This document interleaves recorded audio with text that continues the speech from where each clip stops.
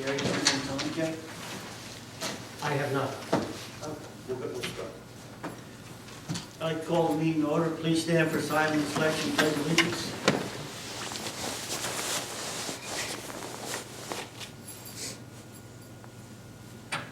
Pledge allegiance To the flag of the United States of America and to the republic for which it stands, one nation, under God, indivisible, with liberty and justice for all. Roll call, please. Mr. Campion? Here. Mrs. King? Here. Mr. O'Brien? Mr. Schuler? Here. Mr. Tinkin? Here. Mr. Borbach? Here. Mayor Mechanico. Here. Please read the Open Public Meeting Act. Pursuant to the requirements of New Jersey's Open Public Meetings Act, notice of this meeting was included in the annual meeting notice, which was filed in the office of the Borough Clerk, posted on the Borough website in the municipal building, published as a legal notice in the Coast Star newspaper, and mailed to those requesting notice and providing payment in accordance with Borough policy. Thank you. Need a motion and a second to approve the agenda. Make that motion. I'll second. Do we have any questions on the agenda? Roll call, Jay. Mr. Campion? Yes. Mrs. King? Yes. Mr. O'Brien? Mr. Schuler? Yes. Mr. Tinkin?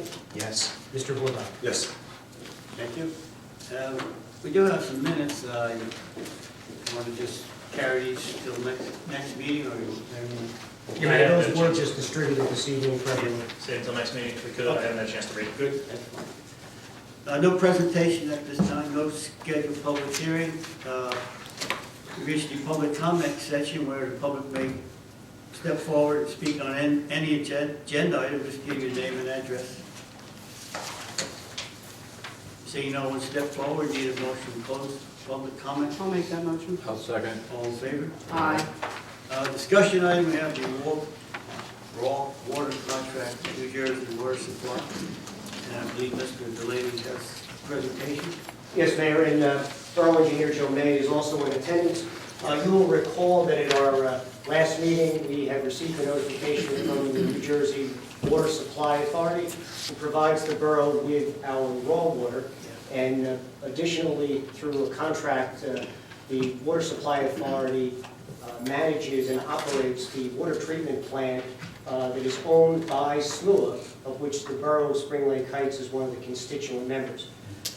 Just a brief background information regarding our water supply, both for the council as well as the members of the public that are here tonight. Okay.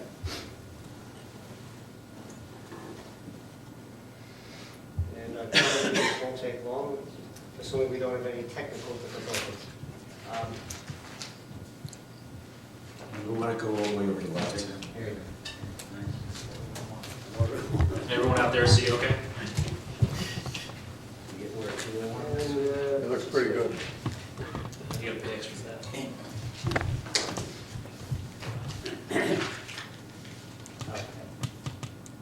Question always is, where does water come from? Generally, there are two supplies for water, and we refer to that as the water supply. We have groundwater wells, which in the case of Spring Lake Heights,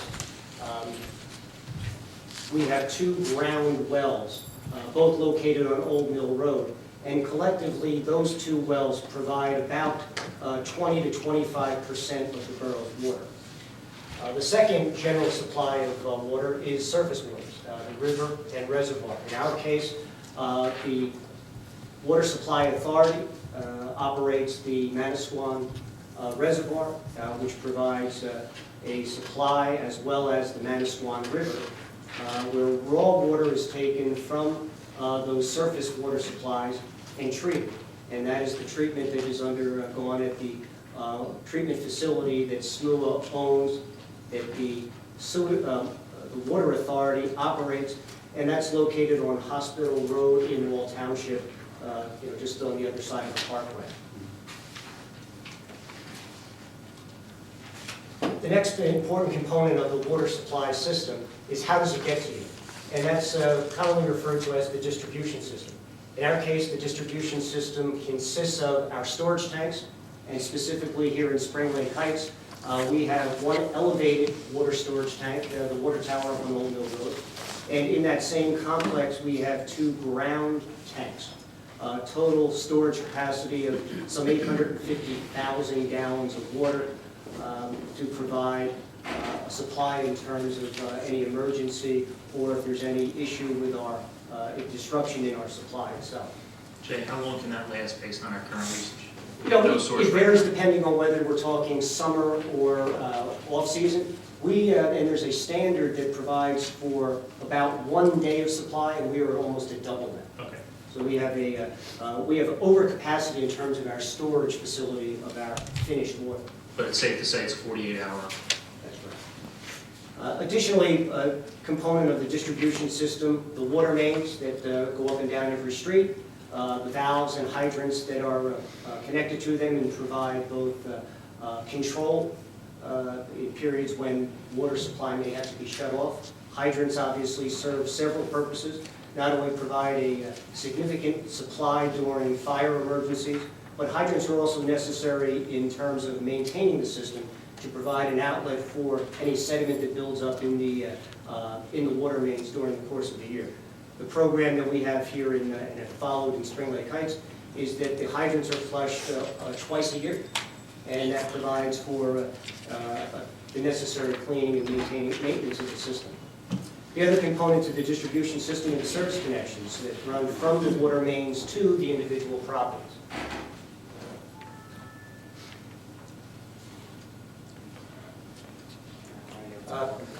Water in New Jersey is highly regulated, both at the federal as well as the state level.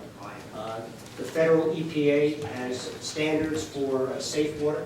Additionally, in New Jersey, through the Department of Environmental Protection, the supplies are guarded and regulated in terms of how much water can be taken from ground sources. Additionally, DEP regulates and monitors the safety of water. I think you're all aware that on an annual basis, and this is a reproduction of the postcard that is distributed annually up until a few years ago. Every year, the borough would distribute the water quality report, a copy of which is on the desk, as well as copies available for the public.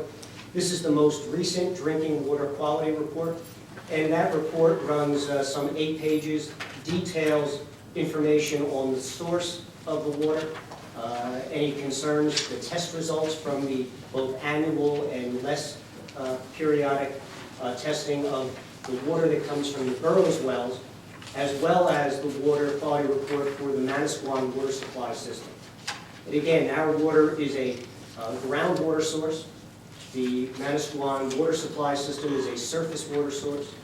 The surface water undergoes a much more intensive treatment because you are taking raw surface waters and through what is referred to as conventional treatment, which involves the addition of certain chemicals that provide for the accumulation of any sediments and impurities in the water to coagulate around the chemicals that are provided. That is then settled out, and finally the water is filtered.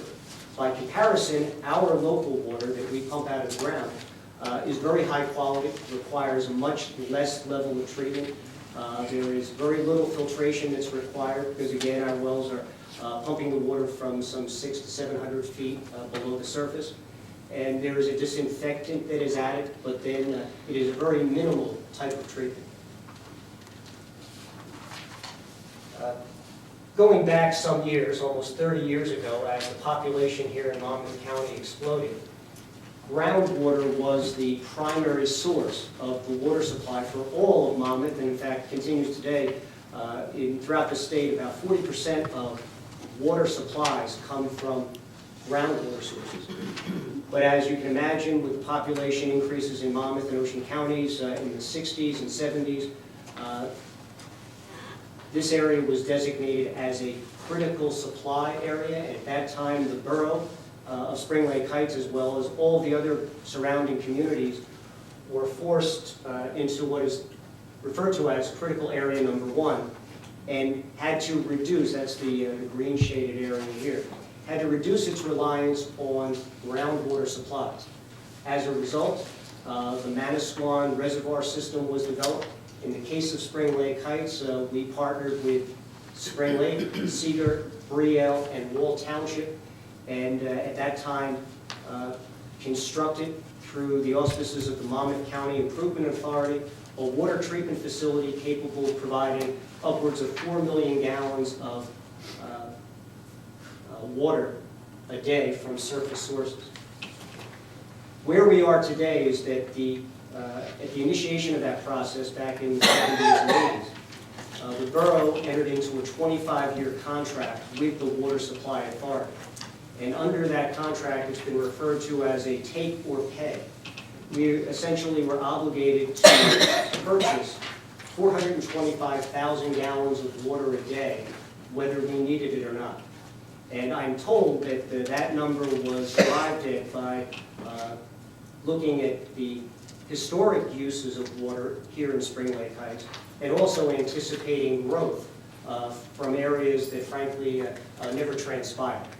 So for the past 25 years, we have been obligated to pay for 425,000 gallons of water a day from the Water Supply Authority, and then have that water treated at what is now the SMUA water treatment plant out on Hospital Road. And that provides us with about 80% of our water on an average basis. That does vary somewhat from year to year. In the past couple of years, the water treatment plant underwent a rather significant upgrade, which at the time required a shutdown for a period of about 2 months. So during that period, we were more reliant on our own locally available groundwater supplies. Again, where we are today is that that contract is now expiring, and we're in a position to perhaps modify the allocation that we are obligated to purchase. This is really there's several components to this. One is that the raw water that we purchase is currently on the table as far as a renegotiation of that contract. But the factor that is most significant for us is that what is our capacity to replace the water that we've been purchasing from the Water Supply Authority with our wells that we have here in town.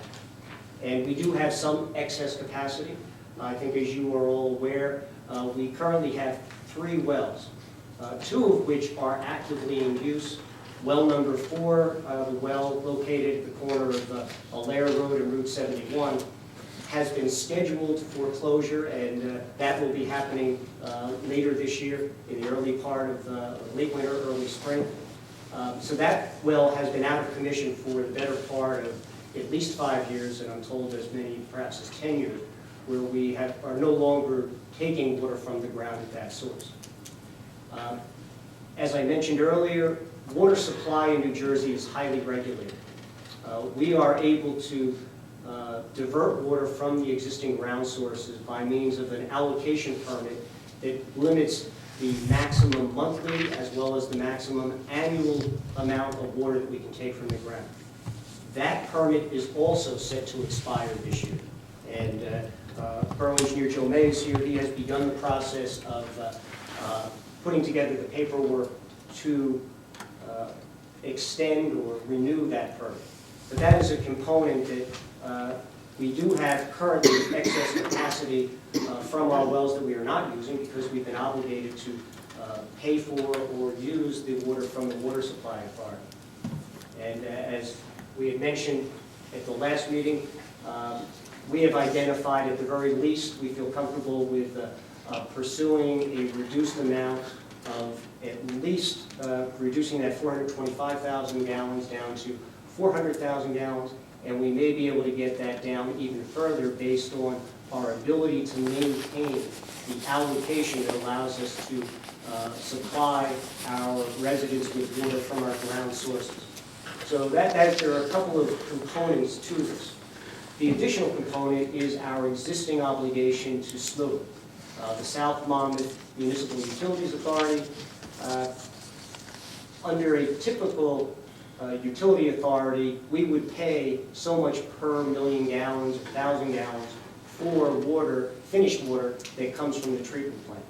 Because of our ownership in the utility authority, the way that arrangement was originally structured, we pay a percentage of the cost, which currently is just about 12%. So 12% of the cost of operating that facility, we pay. And with that, we come very close to that 12% of the water output that comes from the SMUA treatment plant. The significant issue there is that there are 4 other communities that are part of that arrangement, and any capacity that we do not purchase, one of the other communities, or collectively all of them, would have to be interested in picking up that slack. So that's another component to this arrangement that we will need to pursue over the next several months. I'm sorry, Jay. Yes, So if we cut down our allotment, someone else has to pick it up? that's correct. But more importantly, they have to agree to pick it up. That's correct. And there have been adjustments made over the course of the 20-year existence of SMUA prior to SMUA's technical ownership of the plant with the Monmouth County Improvement Authority. A number of towns have made some minor adjustments in the allocation of the water that they receive through SMUA. In fact, most recently, within the last couple of years, Seagirt reduced their allotment, and curiously enough, Seagirt received a very small amount of water from SMUA, and they were looking to reduce it even further.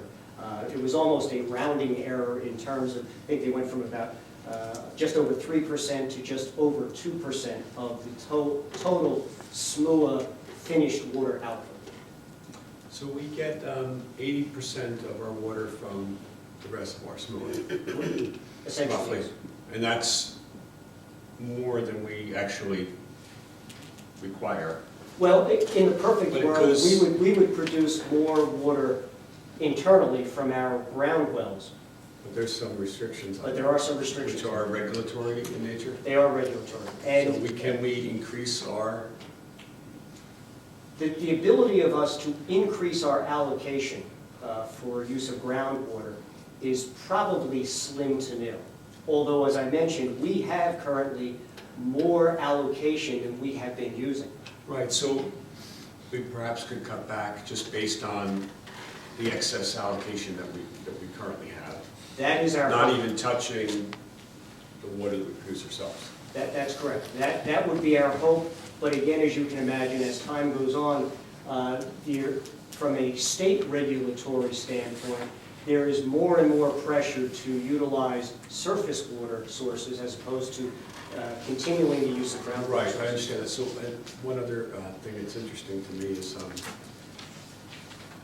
kind of it's analogous to like the petroleum industry, proven reserves, that water that we are allowed to access, how certain are we that that water will be available in perpetuity? Well, perpetuity is a long time. Right. Our current time frame is 25 years. All right, how about 25 years? I mean, Again, in other words, my concern is, let's say it just drops off. Production is not as productive as it used to be, and we get in trouble. that's correct. I profess no specific expertise in groundwater sources.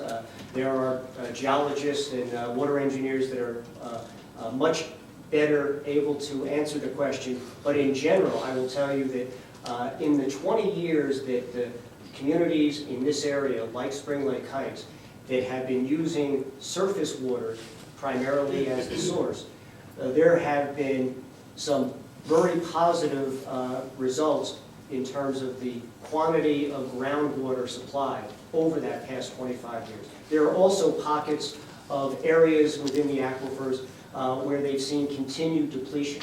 And in those areas, I would expect that at the state level, DEP will put more and more pressure on municipalities to reduce their reliance on groundwater sources and go to alternative surface water sources for water. The details of that we won't know until we put the application for renewal of our water allocation permit into the hands of the water experts at the DEP.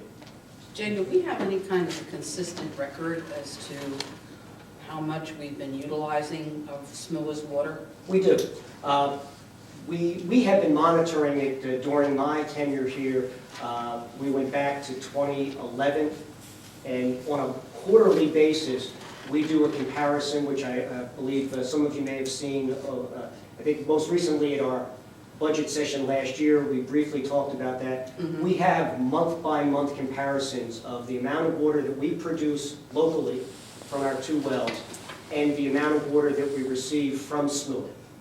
There's another component here that's interesting, more from a distribution standpoint, is that we, as a result of these 2 sources of water, we have 2 inputs to our water distribution system. Both of our wells, as I mentioned earlier, are located on Old Mill Road, where we have our water treatment plant and the storage tanks. The point of access for the water that we receive from SLH is at essentially near our Public Works Department down on Atlantic Avenue by the railroad. And we see the impact of that anytime that the water supply from SLH is either interrupted or dramatically reduced. And that happens on a fairly regular basis, either for planned maintenance or when circumstances require that the water flow be reduced.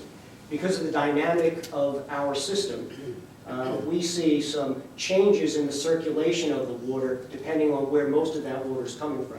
And that's where some of you, depending on where you live in town, may see discoloration of water at times other than when we're doing hydrant flushing, which is a standard occurrence when hydrant flushing is taking place.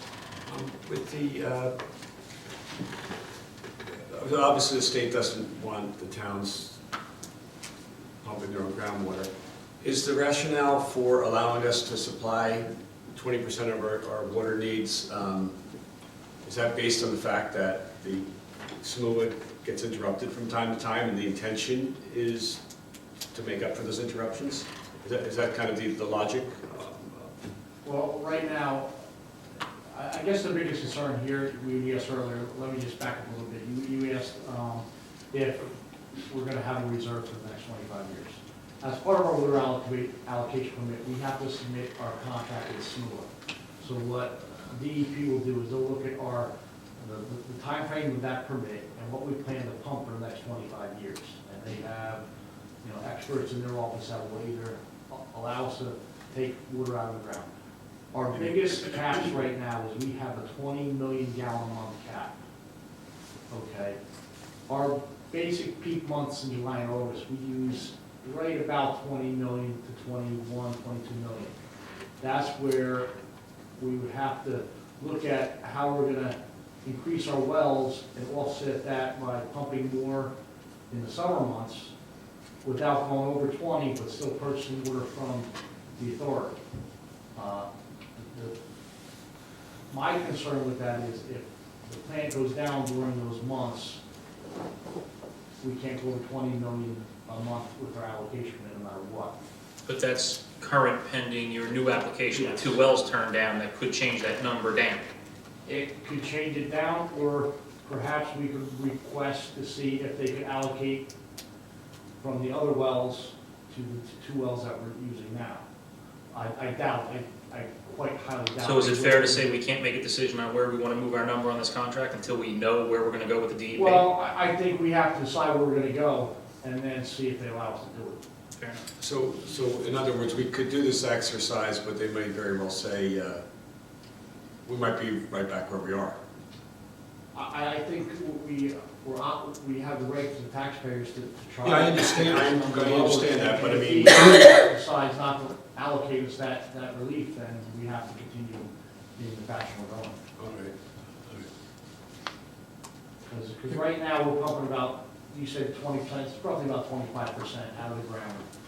And if you looked at it, if you start crunching numbers, our capacity, our wells is, just for some quick numbers, if we only pumped our allocation, which we're not even near pumping, we pumped 39 million gallons last year, we were about 78.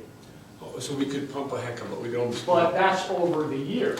See, that's a problem. Then you have monthly caps, so that's where it's kind of, we have to make sure that we have an ability in case of emergency, if the plant shut down, we would be The able. monthly caps aren't gonna go anywhere? I don't see them going down. And there's a couple glitches, not glitches, but blips on the screen, like we have 19, 19, 18 for the peak months, and then one year we had 23. I need to understand that. So we're trying to get data back even more years to make sure that if we do have a drought or a dry spell or something like that, we can make a plan where if we increase our wells, a modest increase, not going to our cap, but still save the taxpayers some dollars. Right. Okay. Jay, did you have more, or can we? Yeah, I have a couple just- questions, but I didn't know if you're gonna hit them, so I'd rather wait until you're done before I throw them out. The final slide that I have, somebody mentioned dollars. And to put this into some perspective, I wanted to point out that our total water sewer utility budget is $2.15 million. This is projected for the current 2015 year. Some of these numbers are still works in progress. We are finalizing the budget presentation that the council will see in 2 weeks. But again, this sort of summarizes some interesting information. First of all, the blue shaded areas are all of our water costs. The green areas are our sewer costs. And this identifies really the 5 primary cost centers within our water sewer operation. Again, I'll make the point that the water sewer utility is totally supported by ratepayers, our water and sewer fees. There are no tax dollars that are used to support the water budget. And I think, without bringing up a bad subject, there has been much discussion here over the past few years about the prior practice where actually there were excess revenues in the utility budget that were transferred as surplus to the taxpayer-supported current fund to reduce taxes.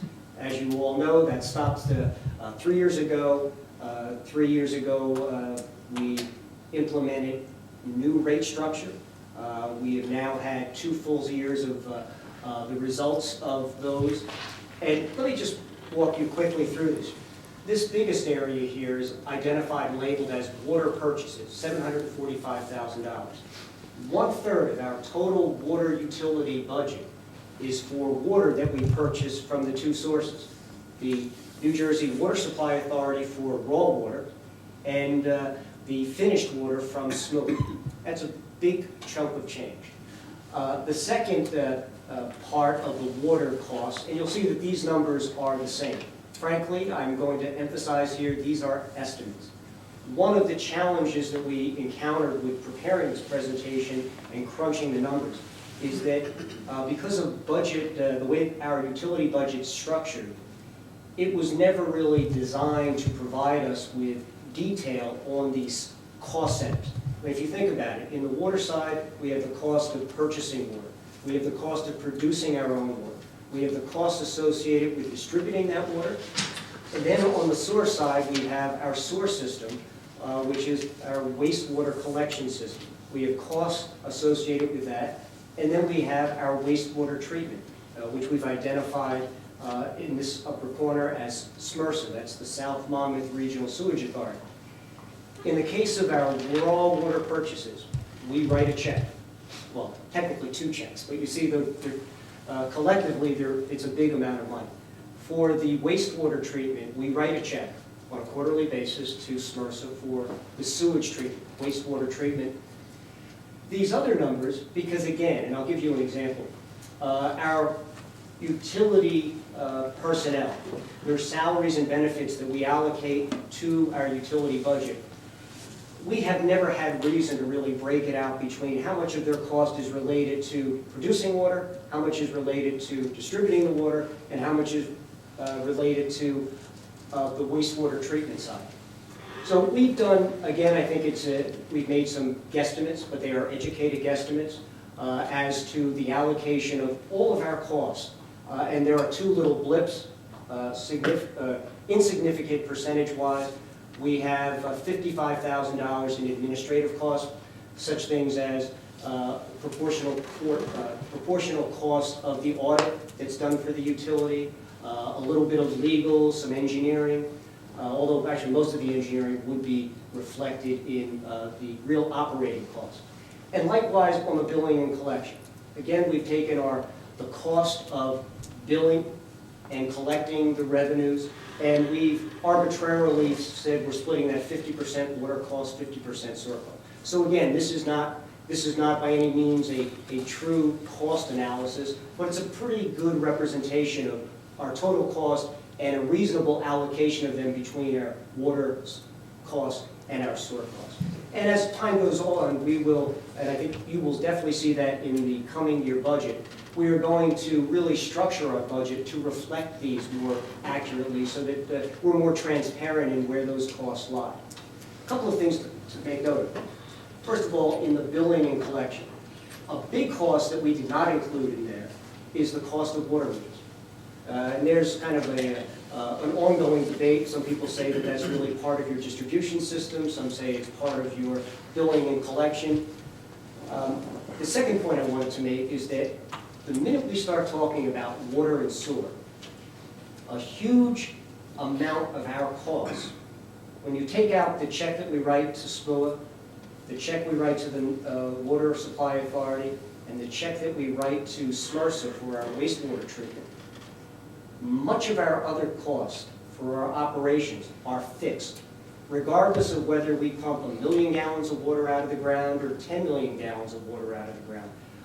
Our cost of maintaining our system, maintaining the supply wells, maintaining the distribution system, replacing hydrants, those are fixed costs. So again, this is not a complete analysis of variable costs that change depending on how much water we produce versus our fixed costs. But I think you begin to get a sense of the challenges that we're looking at when talking about our water sewer utility. And as some of you may recall, last year we did a utility capital ordinance from our capital reserves. And at that point I was saying that when it comes to the utility, almost everything we do, it's a lot of money. Whether it's repairing one of our pumping stations for our wastewater on the sewer side, or whether it's providing the annual maintenance or scheduled rehab of one of our wells, you're talking a lot of money. Repainting a water tower every 10 years, you're looking at probably $200,000. So they're almost everything we do on the utility side is a big ticket item. Do we maintain some kind of trust fund for that, for those repairs when they come up? We don't have a trust fund.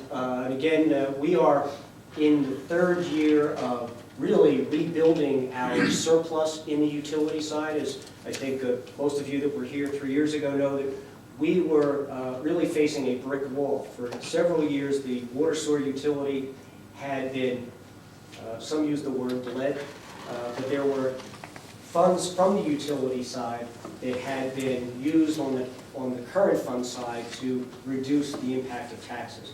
And we are now back on track of rebuilding our surplus. So we are looking to the future for those unforeseen expenses, so we don't get caught with this year, we're due to paint the tank, we need to find $200,000. Exactly. Okay, just want to make sure there is some kind of long-term capital management plan on that so we don't get caught. We are in the very early stages of what I would call an asset management plan that provides funds for our capital needs in the near term. You know, some of the big ticket items are going to happen and you're going to bond for them, because again, the argument is always, by putting money aside now, the current ratepayer is paying for something that they may never see the benefit of. Where Well, that's true, but I think now if you get in that habit, then the people in the future are benefiting from the people who paid front, and in the grand flow of things, it's just better management now to put our money aside than pay interest on it later.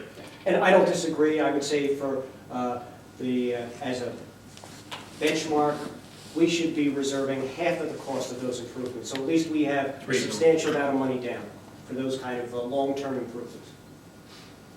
Any questions on the dollar side? Well, my first question is, do you have a breakdown of cost per gallon of water to make or buy? We do. Roughly, and again, these are very rough estimates because these are estimates of the actual cost.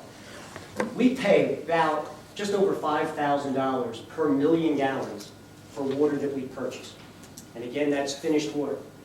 Now typically, the cost of treatment is much higher than the cost of producing water that we get out of the ground. In our case, the cost is actually pretty darn close. Because again, much of our cost of producing our water here, the costs are fixed. Well, that's So- what, I guess that's my question is, so if we bought a gallon of water from SMUA and we made a gallon of water, the finished product, the cost is comparable.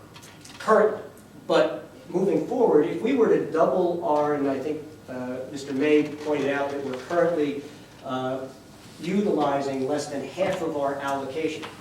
If we could double the amount of water that we're getting out of the ground, and again, currently we have no incentive to do that because we're paying for the water that we get from the SMUA anyway. But if we could double the amount of water that we produce locally, think about it.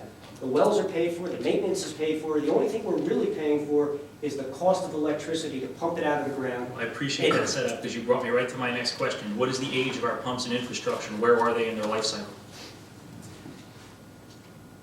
They are, I would say they're probably a 30-year life cycle, they're probably either 20th year.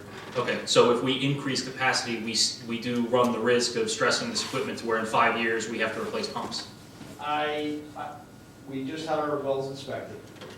They recommended no maintenance at this time other than regular maintenance that we do, nothing to be replaced. You gotta remember, this increase that we're talking is not, for example, our wells have a capacity of about 700 gallons a minute combined, round numbers. Our water allocation per minute caps us at 400 gallons a minute. So if we ran our, I was trying to crunch some numbers, if we ran our wells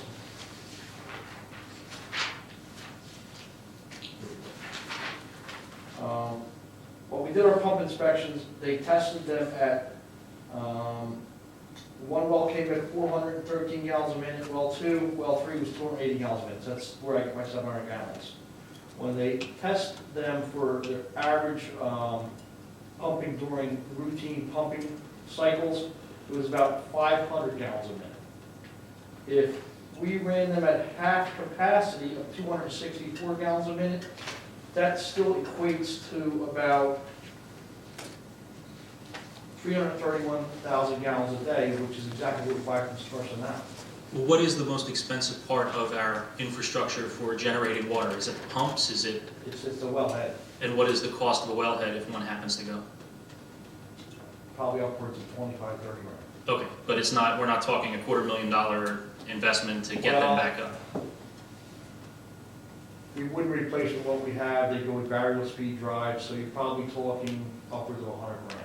Because that would be my concern looking forward. I'd like to see this extrapolated out. Save you on electricity and things like that, so They it's start not. slow. They will, but if we're comparable on cost of water, I think you said it best before, what we owe to the taxpayers on saving money, we need to look at the total package going forward, and we're not doing them a feature. If we're gonna save them 5 cents a gallon of water going forward, and in 3 years, we're gonna smack everybody with $1 million of infrastructure improvement, we didn't do anybody a favor. So that's the only reason I'm asking the questions on the equipment.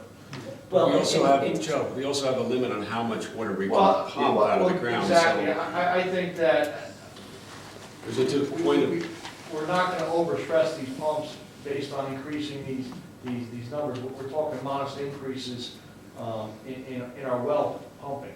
Okay, and these modest increases are what we think that state will allow us to? Well, it's a combination of what the state will allow us and what we can pump without putting ourselves in a position where if the plant went down in August and July and we find that during our peak months that we need a lot of water. We have to structure this so we have the ability to have water on hand purchased to cover us if, We want reserves, as it were. yes. We don't want to go to, cut it to the absolute bone because peak months and so forth. Yeah. And also, you know, the drought management plan, DEP is going to review as well, which is going to also put a conservation factor in all these numbers. Also, just to answer your question, which I think is the more important component of it, Joe has mentioned, yes, what it would cost to replace the wellhead or pump. Wells themselves have a useful life. And again, depending, there's so many factors involved in, a well can last 10 years, it could last 40 years.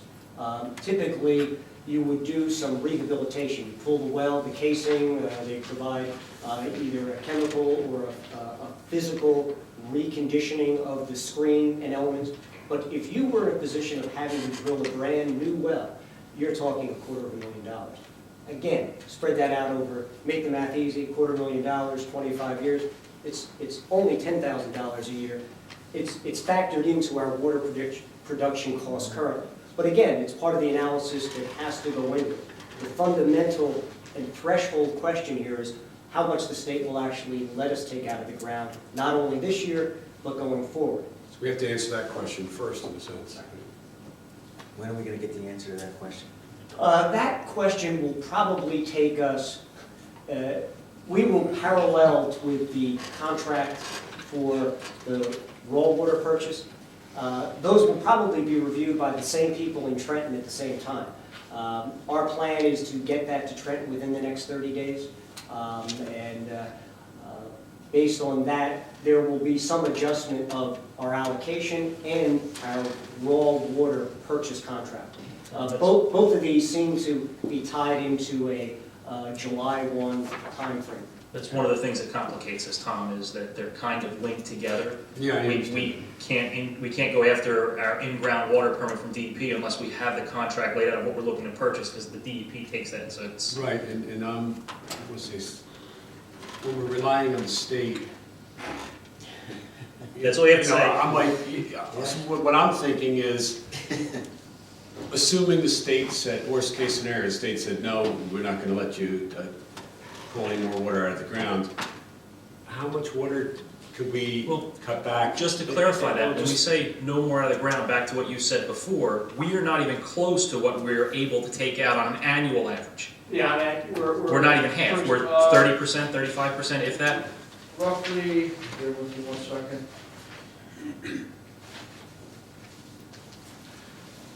Are you thinking the big swimming pool? Really big What? swing.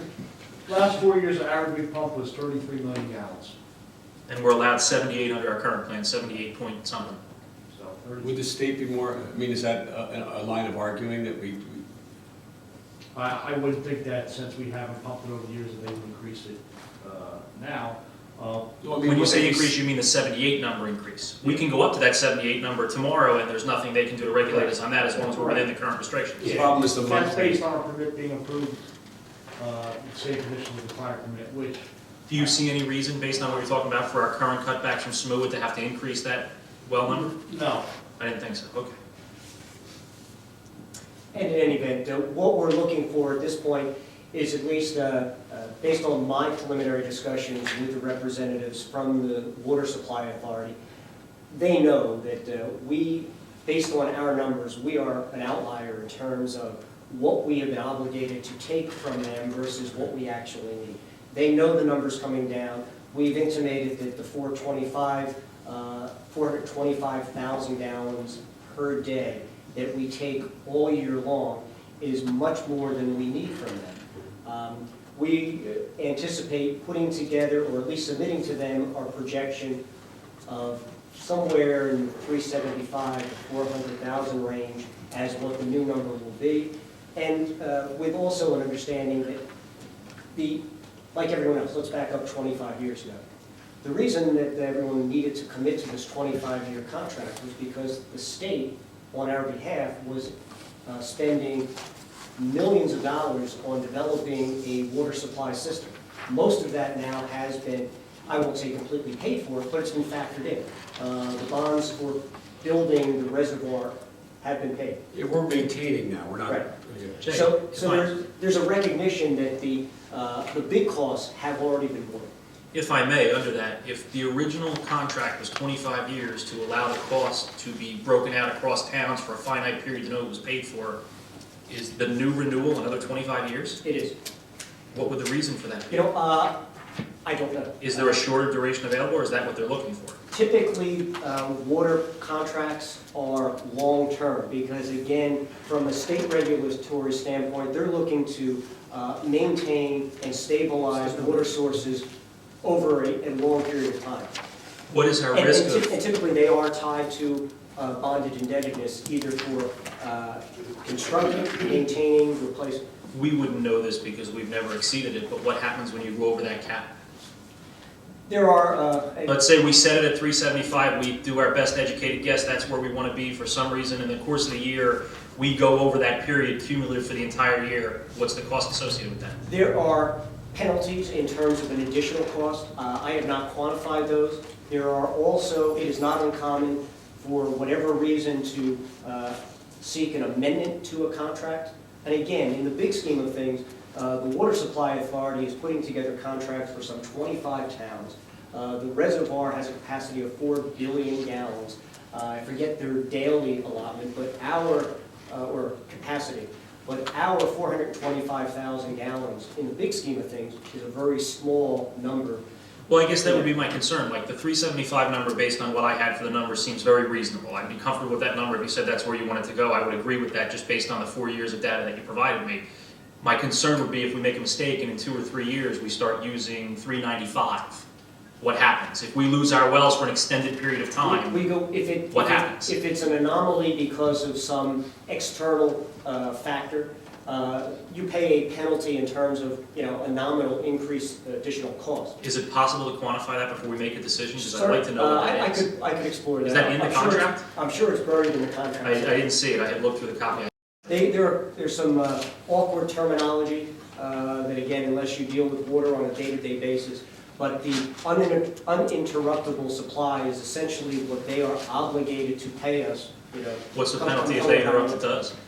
I'm not sure. That street doesn't go both ways? Probably. Put your mind at ease, because our residents like to conserve water. Fair enough.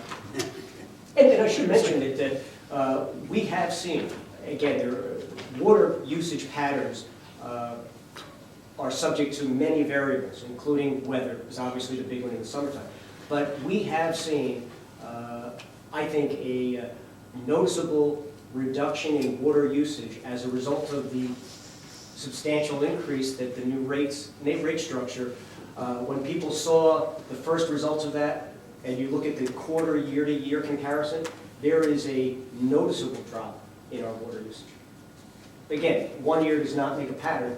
Yeah, I think that's why I'm a little more comfortable, and Joe and I had spoken about this earlier before the meeting. I'd like to see data going back further, because of the 25-year contract we have, you have 4 years of data to look at. That's roughly 16% of our actual sample, which for me in statistics, that's not a very valid sample of the whole to really extrapolate data from. And I don't disagree with that, but I would point out that in some respects, data more than 2 years old is almost not relevant because of our rate structure changed dramatically.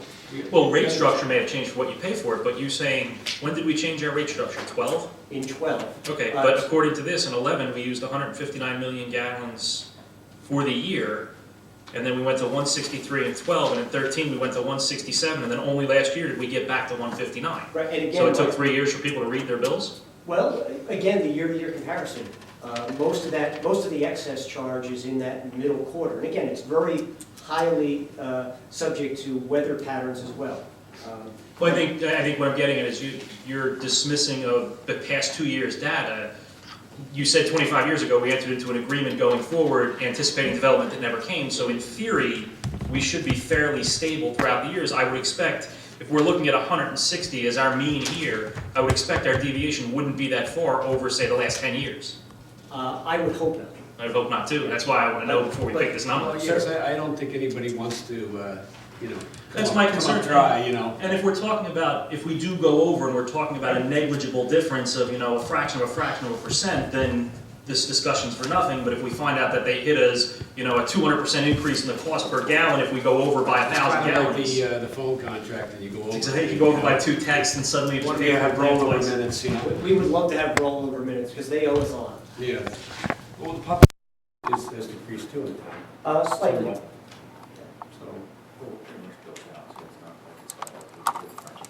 That's correct. And actually, as time goes on, with even reconstruction, you see the improved efficiency of low-flow toilets, shower heads, all those things that encourage conservation. Thank you.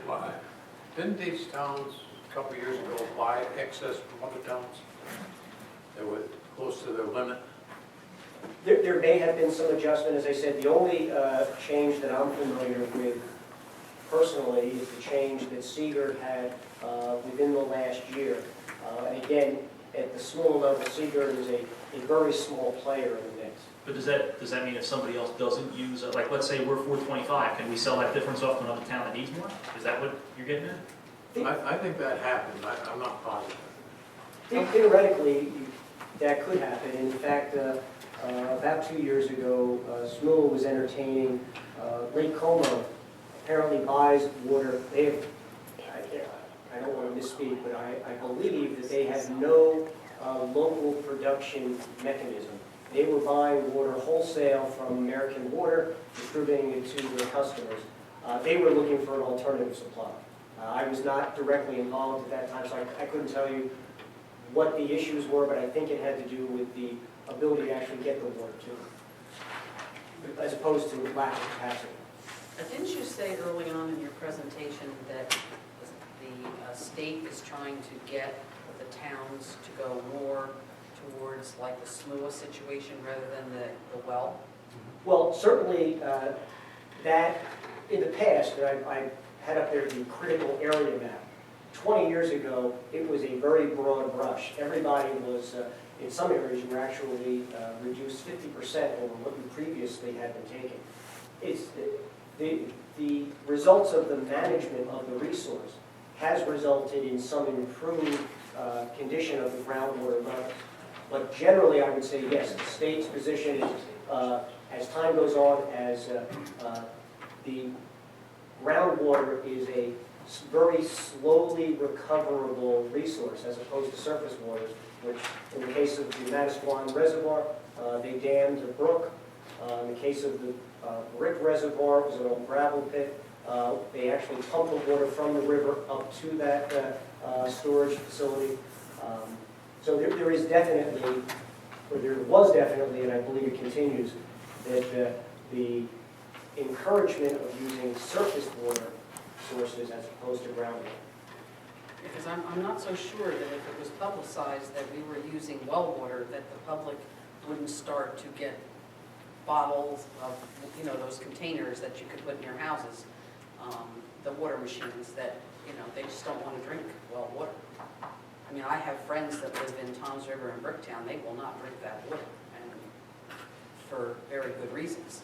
Yeah, every community has issues, has potential issues with water sources, whether they are typically surface waters are much more susceptible to impact of stormwater runoff. As a matter of fact, I remember reading a story from when I was a kid, when they were debating the Manasquan Reservoir and the fact that there was it Lone Pine, I think it was like a toxic waste dump, that was, you know, and they, some people were arguing that the reservoir was untenable because it wouldn't be, you know, wouldn't be potable water, but I think the groundwater. And it's in our interesting here, cases- because I've always been under the impression that groundwater is better filtered Yeah, through the earth, groundwater that is it's that naturally not unless you have contaminated. unless you have like a SEPA Geigy or something like that, which we don't. So. Right, but these wells are 700 feet down, right? Right. They're In not. fact, we are in what's referred to as the English Town well, because the outcropping of that well, of that aquifer, is actually that far west in Monmouth County. And again, the water that we pump out of the ground probably entered the surface 50 years ago and filtered, 60 miles. Right. The geographic area you mentioned, Sarah, I think the wells we closed were in that same aquifer, right? They weren't? Does that come up this far, or no, that's its own, that's a different area? Shallower. But it's a different geographic area, it doesn't come here, so we're not in the same system as that. It's not the same water. That's what I was looking for, thank you. Any other questions? Just have a comment. You took a dry subject and made it quite entertaining, Jay. Thank you. He made a PowerPoint, put a lot of time on this thing. Well, I spent a portion of my career in the water utility, and an unfortunate part of my career rebuilding the water and sewer system. So, I come with some baggage in water and sewer. Thank you. Thank you. And thank the council members for your input. Thank you very much.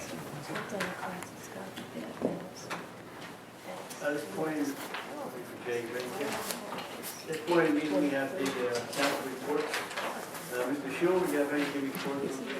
Yeah, I'd like to comment that we've installed cameras at the Public Works Yard and to start to control the illegal dumping that's been going on down there. And hopefully that'll solve some of our problems. Record anything? Caitlin? We have turned a lot of folks away, and this weekend we had someone down there with 7 beds, and when we asked them, well, we just did north pickup and south pickup, what side of town you live? Well, I live this town. So, I mean, it makes a difference, and the word's out, Okay. and hopefully we'll see that in Tippecanoe, so. We've talked, Joe and I have talked about decals for the cars too, coming in, so we can identify them as being Spring Lake Heights residents. I'll tell you, most folks are pretty good in our town, and now, with our cameras now, when people try to dump stuff, and you say you're on camera, you have to put it back in your car, they do. Because they see the signs that are supposed to be fine, so. We're also, we just ordered a sign at the front of the building, which will be called the recycling center. So that'll help us reinforce the public and teach the public, they'll say yes and no, that you can do, which will help a lot as well. Thank you, Jim. Steve, you have anything? The only thing I would just like to mention is that since February has produced so much snow, very bad road conditions, we're still having some isolated incidences of people not removing their cars from the street when that's requested, and I would just like to make a public request that people abide by the rules. We now have signs posted at all the streets that enter and exit this town, stipulating that during, a snowfall, your cars do have to be off the road. So I just wanted to make that statement. The other thing, since I am the designated person for the planning board, and since Joe is here tonight, Joe May, I just would like Joe to just touch briefly on part of our discussion at the planning board meeting the other night in reference to the heights of the homes and things, and what has occurred on the other side of town. If you would be so kind to do that, Joe? Mayor, at the last planning board meeting, Mayor and Council, at the last planning board meeting, we were reviewing some housekeeping items, and one of the bigger topics or more urgent topics seems to be our height ordinance in the flood zone. Our original draft of the height ordinance allowed for a maximum of 5 feet, and the way that was calculated, there was a 2-foot increase in the flood zone, and then there's a 3-foot increase above that flood elevation for insurance purposes, so that's where we got 5 feet from. Only allow that 5 feet when someone is using that to the maximum elevation for their home. For example, if the flood elevation is 10, okay, their house already sits at 10, they want to raise it to the first floor to 15, and then calculate the 37 from the, don't give them the 37 unless they need it. Those numbers, those are industry standards, right? Those are from the building code. Well, here's the issue we have.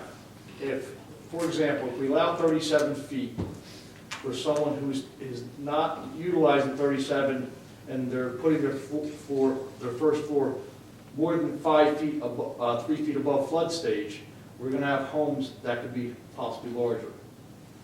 So that's where this comes in. Basically along Shore Road. Curb elevation is 6 feet. So to raise a home up out of the flood elevation, you only need to go up to elevation 10, 13, that's 7 feet. People would like to put a full story, so they go 8 feet. And when you look at that first floor doesn't count, according to the definition, because it's not a habitable floor. So by not habitable, it's not supposed to be used now. No, you can use it, you just can't use any, you can't have any You use it for storage. It has some breakaway walls, but with the modern construction techniques, it looks like a story for all intents and purposes. And so essentially, I'm sure, under our definition, you can have a 3.5-story house, because the first story doesn't count. So a better example is if you folks know the house, the first house that just got rebuilt in Belmar, heading south on Ocean Avenue, on the corner. It's a big monster house. The first floor starts about where your dais is, That's because the one you can see through because it's up they on. have a height restriction only allowing them to get above the flood. And that's what I want to put in, maximize the 37 feet, only to get the maximum 3 feet above the flood stage. Don't maximize 37 if you're going 6 feet above flood, because you're just allowing them to have taller homes, or have that 3.5-story look. So why can't we do that? We have to modify our ordinance. Okay. Because it was originally introduced to cap it. All right, so we're gonna bring a And then it was modified taken ordinance? out, was modified, and we should amend it to include, to allow an increase to 37 only if you're taking full advantage of the 3 feet period, no more. What is our current height restriction? It's 37 in the flood zone, What is ordinary? 32 in all other areas. Is that still a 2.5-story restriction? Yes, Okay. yes, What's the reason for that elevation limitation? Is it just aesthetics? yes, yes. My understanding from being with the planning board for several years, they want to have homes to be able to look, for the lot size in town are reduced to 2.5-story houses, not 3-story houses. So can we get some language and maybe look at it, have the attorney look at it? I think the planning board, The Yeah. language they are looking at it, aren't they? Well, it's certainly something that could be reviewed. As I've discussed with Jay in the past, there's a number of the ordinances that need a good looking at this point. So. I can submit the draft, it's very simple Well, language. the reason I wanted Joe to speak on this is because this huge discussion that took place at the planning board meeting, the last meeting that we had, was all because Joe had specs, he had. I had said, plan somebody submitted that met our definition, And the house is monstrous. And Is this an it's- issue that we're familiar with, or is Yes. this something? Okay. Yes, and so unfortunately, many of us on the board were like, oh my God, this house is this is crazy. And so then we got kicking around the fact that we need to redo the ordinance. And I'm glad that Joe was here so he could speak to it, because he made the presentation at the meeting the other night and showed us all the specs for this house. And Is it within all our guidelines? well, it is, because we wouldn't change them. If we had been more specific and more,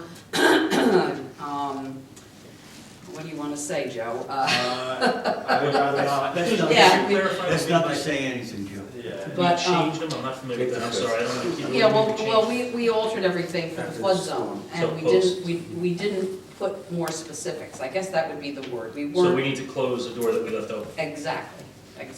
Yeah, we're trying to help folks out, and unfortunately, there's builders out there that don't understand the character of our town.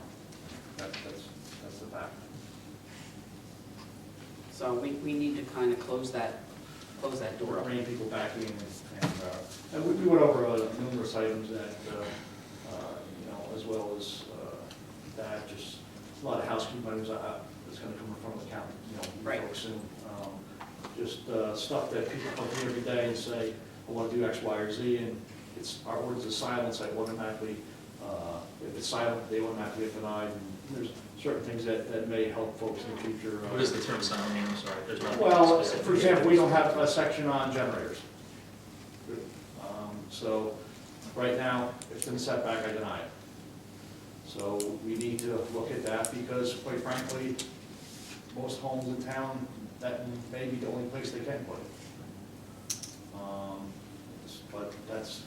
It's a lot Yeah, of there's housekeeping physical items. limitations where you can stick a generator. Lots are so small. Yeah, but there's also a reason for that too. I hated my neighbor put one in right outside my bedroom window, Well, so. yeah, exactly, so these are the things, but it still has to be addressed, Sure. because otherwise, people are gonna come to the planning board, Well, isn't that what it's there for? I don't want to be kind of blunt about it, but aren't they there to issue variances and determine deviations that apply?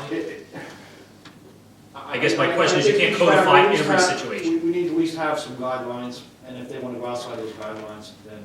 Understood. They have the ability to go on the planning board, but at least give them direction that we would want to see them preferably located, and then if they, for extraneous circumstances, have to go, into setback somewhere where it's not preferable, then come for variance. But there's a lot of little items, but we're looking forward to, working with the council, the planning board, is to get some of these things, just basically talk about, and discuss it, I think is where we get started. Thanks, Joe. You're welcome. Thank you. Anything else? Mr. Warbeck? Well, I just wanted to compliment Sarah, with the snow in the cars, that reverse 911 Mm-hmm. is great, because it, just reminds me that, we're not, and make sure the cars are in and stuff, so it's a Jay, it's a thanks for great- the phone calls and emails. If you haven't signed up for the reverse 911, it's a great thing, because, maybe you don't know snow's not real loud, so. Right. But I personally left the report at this time there. Thank you. At this point, it might be easier just to prohibit cars from parking on the street all winter long. It seems like. Every time they say it's raining, it It's snows. like 2 days It's on, not a 2 huge days problem, off. is it, Sarah? Well, each time I think it gets less and less. Right, I think people are learning, You know, they're learning, and before, we didn't have the signs posted. The signs were just posted in December. But it is nice. that So you- we've covered yeah, ourselves yeah. there too as well. Zach, if I may speak to you for a moment, is it sort of lessening with the cars on the street during the snowstorms, or are we still having, Always the first few snowstorms, we incur the most warnings, and we issue warnings during those first few storms. Not only warnings on the cars, we also, Sergeant Gale and I knock door to door and advise people to move their cars. We also post Even it on help the people Facebook page. jumpstart dead batteries. We jumpstart their batteries. Our goal is not to necessarily have to issue summonses. It's Right. to get the cooperation, to have the folks move it so that the plows can effectively and safely do their job. So yes, of course, the last few snowstorms are less cars than the first few snowstorms. Right. But I've yet to have a storm, and we've worked them all, where we have 100% compliance. right? That's what I figured, yeah. Do you find it's the same people? When we find that it's the same people, those people have been towed. And I can think of on 2 occasions this winter so far where vehicles have been towed. So, we'll see if there's a third. Can I add something as well? Absolutely. We've talked about it, because Zach and I always seem to have the storms. I've noticed a pattern of you here. Snow control. So we have quite a bit of experience. Not a bad idea to maybe add something to the COs in the wintertime, to remind people that that's an ordinance, for the people that are just winter rentals, perhaps. We do Facebook, we do, you guys, with the reverse 911, which is fantastic. There was one other suggestion, was, do you? Mr. Delaney and I talked about the possibility of getting it on the calendar, the Spring Lake Facts calendar. Oh, if there was room for that. Okay. That'd be a good School idea. sign is another idea. I have seen it up there on a few occasions. It may have been, it may, but those are just a couple things we bounced off of one another that seemed like good suggestions. We also got one from Facebook, hey, what about putting it in the COs? Like Zach said, we don't like issuing summonses to the residents for it, but, it's necessary to effectively plow the streets. There's no question about it. It's a good example now too. If you drive around and look, you can see a lot of locations where vehicles have moved now and there's piles of snow and Right. ice in areas because Yes. cars are gone now and they couldn't plow those areas. I know on Grieve by me, there's quite a few spots where there's extensive snow there Yeah. now in the road. Grieve, we had 6 that night. But the very last one we worked with were 6. And there were some folks who are residents that have been residents for quite some time. So for whatever reason, they decided they didn't want to follow the ordinance. Especially if there, it's so easy to park around the corner on Alair Road Park and walk down. It's- Right. But it certainly is not for a lack of attempt to notify, that's for sure. Because we were both out of our cars knocking on doors, and I think a couple of the cars even had summonses from the last storm, so. And those are the ones that were That's an easy decision right there. Yeah. Joe, do you want to? Yeah, we just received some additional signage, which is gonna also reinforce on the bottom of all the signs we put down. There's gonna be a placard that says, right now it says no parking, and roads are snow covered. It's gonna say on any borough street, just to more enforce on all the roads. So a lot of folks say, oh, well, it's not clear, it's not, so. Oh, okay. We got those placards in just to reinforce it Okay, even more, good. drive it home, moving forward. Good, very So they'll good. be up by the end of the week. Okay, thanks, Joe. No report, Mayor. Mr. Kemp? I've done more than enough tonight, thank you. It's okay, we enjoy it. Thank you very much. Everybody have a chance to look at the court report, zoning board adjustment notice. Okay, we do have a few resolutions we have to cover. We'll begin with Resolution R 2015-44, appointing Kevin Thompson as our recycling coordinator. That expires on December 31st, 2015. You have a motion and a second? Butch, I'd like to make a comment about this if I could. I think we need a motion first. Discussion after the motion. Well, You can make a comment? yeah, you could do the motion and do That's discussion. fine with me. I'll make the motion. Okay. Second? I'll second. On the motion, it was my understanding that when we discussed this in executive session the last time, that this was supposed to be 1,000 and it stipulates 1,200. The other thing, in talking to Jay Delaney extensively about this, I think that we need to have a little bit more discussion on this before we go forward with it. And I understand we have until the 30th of April to make a decision, so I'd like us to discuss this further in executive session at our next meeting, if we could. So you We need a motion to You table. have a motion and you have a second, you have to vote on it. I'm sorry. You have a motion and you have a second. Okay, to vote on this resolution. We can motion to table. You could, Table. you could. I'll motion to table. I'll second it. Any question? Now, this is a motion to table, Jay. Yes, Mr. Campion? I'd rather not vote, because then it automatically has to come up next meeting, doesn't it? I don't want a motion to table indefinitely. Well, Gary? Well, you could specify when you want it to come up again in your motion. The motion as it stands right now is to just table it. Right, which under Robert's rules means the next meeting it has to come to the floor. And I believe that that's accurate. Right, because if we vote on it, then it's an indefinite suspension on the table, which I'd rather not do. I'd like to force us to see it the next meeting, unless somebody else has a different opinion. I don't like kicking the can indefinitely. My question on it is, we're required to have a recycling coordinator. that's correct. What time frame are we looking at that we're gonna be Well- without one, or we're gonna be in violation? The primary responsibility of the recycling coordinator is to sign off and submit the annual recycling report, which is not due until April 30. So we're not under a tremendous effort. We did want to have somebody in place, and Is the question the difference in the cost that we want to have a discussion? Because I'll rescind my motion to table, and if we can do a revised motion to do it at the $1,000 unless there's a reason not to. Do we need to go to exec and discuss this, or are we all in agreement at the original discussion if that's the way we want to go? Is there a reason why is it different? is this different than what we It discussed? is different. The previous discussion was $1,000 for the year, realizing that the appointment wouldn't be made until into the third month, that this amount prorated for the rest of the year equals $1,000.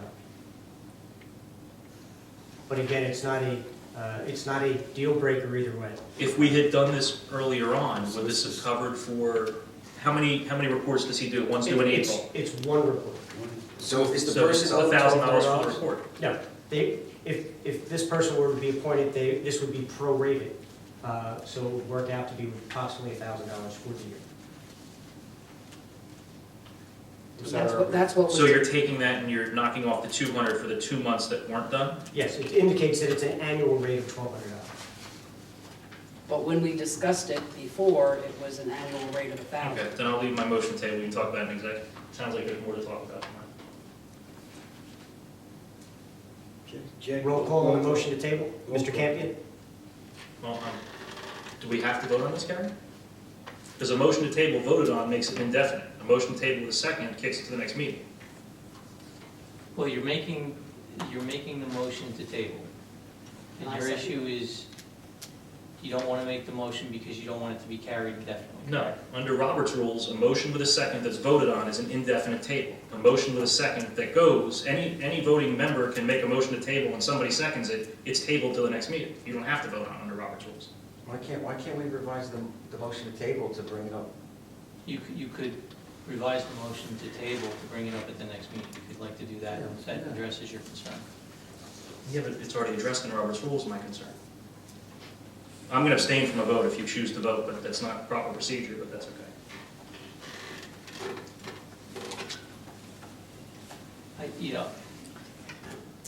It makes no difference to me. I understand the point you're making, and it seems to me that you could do it either way, whatever you prefer, but I think you could just do it off the second and table it. I think that's your point you'd like to do. That's what I'd like to just do. I want to make sure in 2 weeks we resolve And this. I don't think there's a problem with that, if that's what you prefer to do. That's what my motion is, that's what I want to see happen. So if somebody else wants the motion to table indefinitely, that's fine, but I don't No, want I want to do it. How do we indicate that we agree with that? If we're not. You don't have to. Whenever we table stuff, it was always brought to you anyway. You're just gonna table it based on the motion in the second until next meeting. Okay, well, I second it, so just table it, then we'll do it in the next meeting. Everybody agree to that? That's for the executive session. Right. It's supposed to be quick and easy. So, want a roll call on that, Mr. Campion? So we are voting? The idea is to not have a roll call. You don't have Not to have a vote on the Just table. motion to table? Right. Procedurally, that seems bizarre, but that's okay. It's I'm good. accurate per Robert's rules, I didn't write them. If you want to go back and talk to the man, let me know how you did it. I want some winning lottery numbers.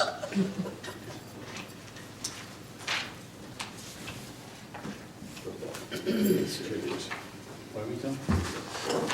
Yeah, okay. Resolution R 2015-45, approving use of the community center. Need a motion and a second. I'll make the motion. Second. Any questions? Roll call, Jack? Mr. Campion? Yes. Mrs. King? Yes. Mr. O'Brien? I'm sorry. Okay, Mr. Schuler? Yes. Mr. Tinkin? Yes. Mr. Vorbach? Yes. Thank you. Resolution R 2015-46, authorizing reimbursement to Waterford. I'll make that motion. Second. Any questions? Roll call, Jay? Mr. Campion? Yes. Mrs. King? Yes. Mr. Schuler? Yes. Mr. Tinkin? Yes. Mr. Vorbach? Yes. Thank you. Resolution R 2015-47, approving the payments for the claims on February 20, 2015 bills. I'll make that motion. Second. Any questions? Roll call, Jay? Mr. Campion? Yes. Mrs. King? Yes. Mr. Schuler? Yes. Mr. Tinkin? Yes. Mr. Vorbach? Yes. Thank you.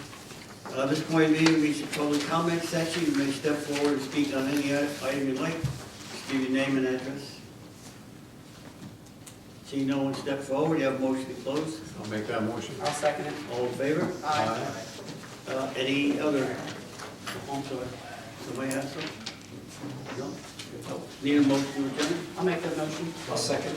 All in favor? Aye.